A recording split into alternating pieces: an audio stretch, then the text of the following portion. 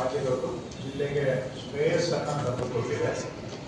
ಅದರ ಜೊತೆಗೆ ಮುಂದಿನ ವರ್ಷಕ್ಕೆ ಇದು ನಮ್ಮ ಜವಾಬ್ದಾರಿ, ಸವಾಲು ಕೂಡ ಆಗಿದೆ. ಯಾಕೆಂದ್ರೆ ಇದನ್ನ ಉಳಿಸ್ಕೊಳ್ಬೇಕು ಹಾಗೂ ಇನ್ನೂ ಉನ್ನತ ಮಟ್ಟಕ್ಕೆ ಏರಿಸ್ಕೋಬೇಕು. ನಾನು ಹಿಂದೆ ಒಂದೆರಡು ಕಡೆ ನಾನು ಉಸ್ತುವಾರಿ ಆಗಿದ್ದಾಗ ಒಂದು ವರ್ಷ 3ನೇ ಸ್ಥಾನಕ್ಕೆ ಬಂದ್ವಿ ಅಂತ ನಾವು ಈಗ ಬಹಳ ಸಂತೋಷ ಪಡ್ತೀವಿ.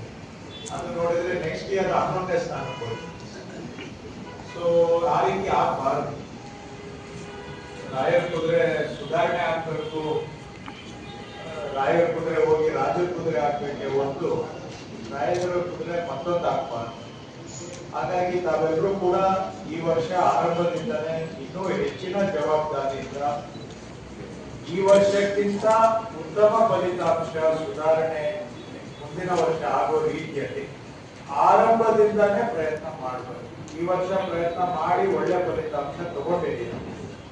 ಈಗ ಅದಕ್ಕಿಂತ ಇಂಪ್ರೂವ್ ಮಾಡ್ಬೇಕಂದ್ರೆ ಅಲ್ಲಿಗೆ ಇನ್ನೂ ಹೆಚ್ಚಿನ ಪ್ರಯತ್ನ ನೀವೆಲ್ಲರೂ ಕೂಡ ಮಾಡಬೇಕಾಗುತ್ತೆ. ಶಿಕ್ಷಣ ಇಲಾಖೆ ಇದನ್ನ ವರ್ಷದ ಆರಂಭದಿಂದಲೇ ನಾವು ಮಾಡಬೇಕು.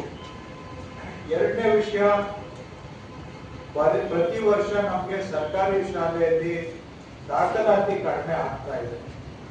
ಈಗ ಹಾಸನ ಜಿಲ್ಲೆಯಲ್ಲಿ ನಾವು ನೋಡಿದಾಗ ಖಾಸಗಿ ಶಾಲೆಗಿಂತ ಫಲಿತಾಂಶ ವಿಷಯ ಬಂದಾಗ ಯಾವುದೇ ರೀತಿಯಲ್ಲಿ ಸರ್ಕಾರಿ ಶಾಲೆ ಕಡಿಮೆ ಏನಿಲ್ಲ, ಸಮಾನಾಂತರವಾಗಿ ಫಲಿತಾಂಶ ಬಂದಿದೆ. ಮತ್ತು ನಮ್ಮ ಸೌಲಭ್ಯಗಳಿಗೂ ಏನು ಕೊರತೆ ಇಲ್ಲ.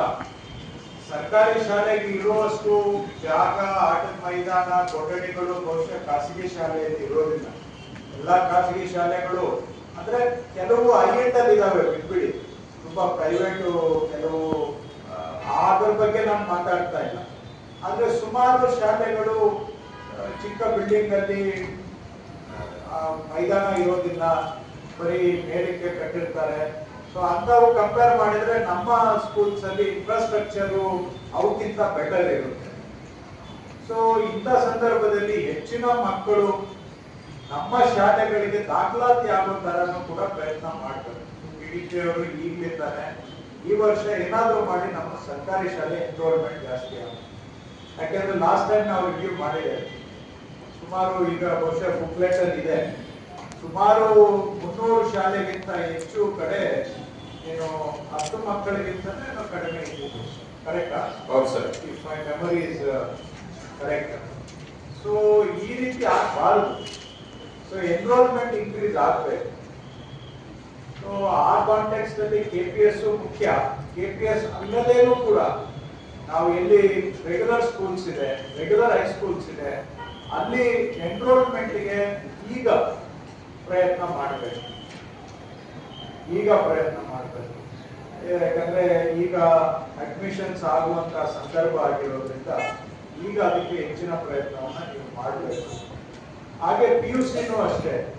ಈಗ SSLC ರಿಸಲ್ಟ್ ಬಂದಿರೋದ್ರಿಂದ PUCಗೆ ಎನ್ರೋಲ್ಮೆಂಟ್ ಮಾಡೋದಕ್ಕೂ ಕೂಡ PUCಯಲ್ಲಿ ಯಾರು ಅವರು ಪ್ರಿನ್ಸಿಪಲ್ಸ್ ಇದ್ದಾರೆ ಅವರು ಸ್ವಲ್ಪ ಆಸಕ್ತಿ ತಗೊಂಡು ನಿಯರೆಸ್ಟ್ ಯಾವುದು ಹೈಸ್ಕೂಲ್ ಪಾಸ್ ಔಟ್ ಆಗಿದ್ದಾರೆ ಆ ಹೈಸ್ಕೂಲ್ ಅವ್ರ ಜೊತೆ ಇರುತ್ತೆ ಸಂಪರ್ಕ ರೆಗ್ಯುಲರ್ ಆಗಿ. ಆದ್ರೆ ಅದು ಕೂಡ ಎನ್ರೋಲ್ಮೆಂಟ್ ಸಾಧ್ಯ ಇದೆ. ಅದನ್ನು ಎನ್ರೋಲ್ಮೆಂಟ್ ನಾವು ನೋಡೋಣ ಈಗ. ಸೊ ಮುಖ್ಯವಾಗಿ ನಾವು ಈ ವರ್ಷ ಬರುವ ವರ್ಷದಲ್ಲಿ ಈಗ ಬಂದಿರೋ ಫಲಿತಾಂಶಕ್ಕಿಂತ ಉತ್ತಮ ಫಲಿತಾಂಶ ಬರೋ ರೀತಿಯಲ್ಲಿ ವರ್ಷದ ಆರಂಭದಿಂದಾನೇ ಪ್ರಯತ್ನ ಮಾಡಬೇಕು ಹಾಗೂ ಎನ್ರೋಲ್ಮೆಂಟ್ ಅನ್ನ ಇಂಪ್ರೂವ್ ಮಾಡಬೇಕು. ಸೊ ಇಷ್ಟು ಮುಖ್ಯ ವಿಷಯ. ಅದರ ಜೊತೆಗಿನ KPS ಈಗ ತಾವು